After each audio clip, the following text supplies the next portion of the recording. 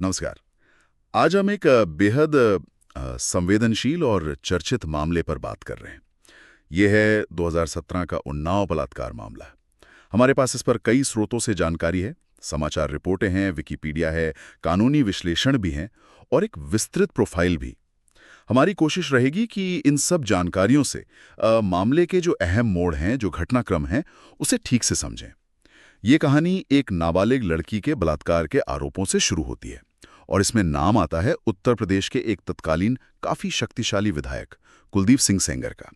तो चलिए इस उलझे हुए मामले की परतें खोलते हैं। ये सिर्फ एक अपराध की कहानी नहीं है, इसमें सत्ता का खेल है, इंसाफ के लिए एक लंबा मुश्किल संघर्ष है और हमारे सिस्टम की कह सकते हैं कुछ कमियां भी साफ नजर आती हैं। हाँ बिल्कुल। और ये देखना वाकई में अहम है कि कैसे ये मामला एकदम से नेशनल लेवल पर सुर्खियों में आ गया।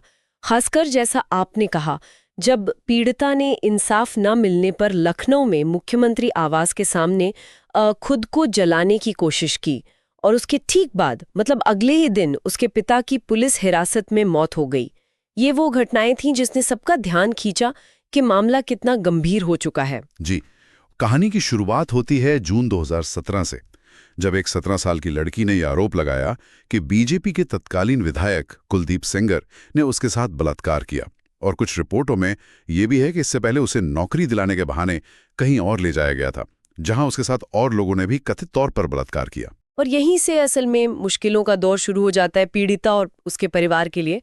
उन्होंने एफआईआर मतलब पहली सूचना रिपोर्ट दर्ज कराने की कोशिश की, पर आरोप ये है, जैसा कई स्रोतों में दर्ज है, कि पुलिस ने शुरू में टालम टोल की और कथित तौर पर एफआईआर से विधायक का नाम हटाने का दबाव भी बनाया। अब यहाँ सवाल उठता है कि क्या किसी के रसूख का असर था? बिल्कुल, ये सवाल तो उठता ही है। कुछ रिपोर्ट्स जैसे द कारवां की, वो सेंगर के इलाके में उसके दबदबे और प्रभाव की तरफ इशारा भी करती हैं। शायद ये एक वजह हो सकती है उस शुरुआती हिचकिचाहट की। मामला तब और बिगड़ा जब अप्रैल 2018 में पीड़िता के पिता के साथ कथित तौर पर मारपीट हुई। आरोप लगा सेंगर के भाई अतुल और उसके समर्थकों पर, और फिर उन्हें आर्म्स एक्ट यानी गैर कानूनी हथियार रखने से जुड़े एक पुराने केस में गिरफ्तार कर लिया गया। हाँ, गिरफ्तार कर लिया। और फिर देखिए, कुछ ही दिन बाद 9 अप्रैल 2018 को उनकी जुडिशियल कस्टडी में यानी न्यायिक हिरासत में मौत हो गई। वजह बताई गई चोटें जो उन्हें लगी थीं।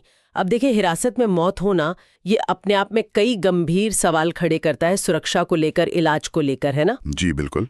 और जैसा आपने पहले बताया, पिता की मौत से ठीक एक दिन पहले 8 अप्रैल को पीड़िता ने लखनऊ में मुख्यमंत्री आवास के बाहर आत्मदाह की कोशिश की थी, पुलिस पर कार्रवाई न करने का आरोप लगाते हुए। और इसी घटना ने, जैसा कई समाचार रिपोर्टों में कहा गया, इस मामले को राष्ट्रीय स्तर पर ला दिया, एकदम से फोकस में आ गया ये। इसके बाद जाहिर है जनता का गुस्सा भड़का, मीडिया में खूब चर्चा हुई। तब जाकर सेंगर के खिलाफ एफआईआर दर्ज हुई। मामला फिर सीबीआई यानी केंद्रीय जांच ब्यूरो को सौंपा गया और इलाहाबाद हाईकोर्ट के दखल के बाद अप्रैल 2018 में सेंगर की गिरफ्तारी हुई। लेकिन संघर्ष यहीं खत्म नहीं हुआ था पीड़िता के लिए। हाँ, ये तो बस एक तरह से शुरुआत थी कानूनी कार्रवाई की। इसके बाद जो हुआ वो और भी परेशान करने वाला है।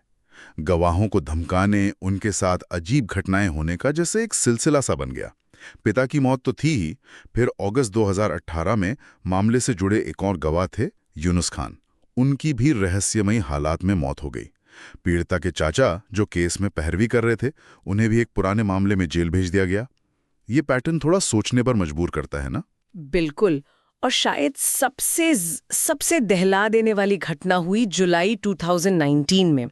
हुआ ये कि पीड़िता, उसकी 2 चाचियां जो खुद मामले में गवाह थीं, और उनके वकील, ये सब एक कार में कहीं जा रहे थे। तभी एक ट्रक ने उनकी कार को जोरदार टक्कर मारी। हादसा इतना भयानक था कि दोनों चाचियों की तो मौके पर ही मौत हो गई और पीड़िता और वकील, वो दोनों बहुत गंभीर रूप से घायल हुए। और इसमें शक की कई वजह सामने आई, जैसे कि ट्रक की नंबर प्लेट पर कालिक पुती हुई थी, और उस वक्त जब ये हादसा हुआ, पीड़िता की सुरक्षा में जो पुलिस गार्ड लगे थे वो भी वहां मौजूद नहीं थे। हाँ, ये बात बहुत अहम है। तो सवाल उठा कि क्या ये महज एक हादसा था या कोई साजिश? कई समाचार रिपोर्ट्स और बाद की जांच में इस पर गंभीर सवाल उठाए गए। इस भयानक घटना के बाद आखिरकार सुप्रीम कोर्ट ने दखल दिया। जो तत्कालीन chief justice of India CJI थे, उन्होंने मामले का खुद संज्ञान लिया और ये आदेश दिया कि इससे जुड़े जितने भी केस हैं पांचों केस वो उत्तर प्रदेश से दिल्ली ट्रांसफर किए जाएं। साथ ही पीड़िता को मुआवजा और पूरे परिवार को सीआरपीएफ की सुरक्षा देने के निर्देश भी दिए। ये दिखाता है कि न्याय के लिए कभी-कभी सबसे ऊपरी अदालत के दखल की जरूरत पड़ जाती है। जी, और अंत में दिसंबर 2019 में दिल्ली की एक अदालत ने कुलदीप सेंगर को बलात्कार का दोषी पाया और उम्र कैद की सजा सुनाई, साथ में जुर्माना भी लगाया। और बाद में मार्च 2020 में उसे पीड़िता के पिता की मौत के मामले में भी दोषी ठहराया गया और सजा हुई। इस पूरी कहानी से, इन सभी स्रोतों से हम क्या समझ सकते हैं? ये सिर्फ एक व्यक्ति के अपराधों का लेखा-जोखा नहीं है। ये दिखाता है कि जब आरोपी ताकतवर हो तो इंसाफ का रास्ता कितना मुश्किल, कितना खतरनाक हो सकता है। हाँ, और ये हमारे सिस्टम की व्यवस्था की उन कमजोरियों को भी उजागर करता है जिन पर ध्यान देना बहुत जरूरी है, जैसे पुलिस के रवैये पर उठे सवाल, कथित मिलीभगत के आरोप, गवाहों की सुरक्षा में विफलता और न्याय मिलने में जो वक्त लगता है वो देरी, जैसा कुछ कानूनी विश्लेषणों में भी पॉइंट आउट किया गया। सुप्रीम कोर्ट का दखल बहुत अहम था, पर सवाल ये है कि क्या न्याय पाने के लिए हमेशा इतने बड़े संघर्ष और इतने ऊंचे स्तर के दखल की जरूरत पड़नी चाहिए? बिल्कुल। और एक आखिरी विचार सबके सोचने के लिए छोड़ जाते हैं।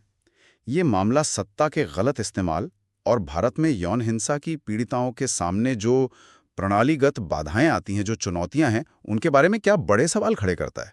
क्या हमारा सिस्टम, हमारी व्यवस्था वाकई में सबसे कमजोर लोगों को तब बचा पाती है जब उनका सामना इतने ताकतवर लोगों से होता है? ये एक बड़ा सवाल है।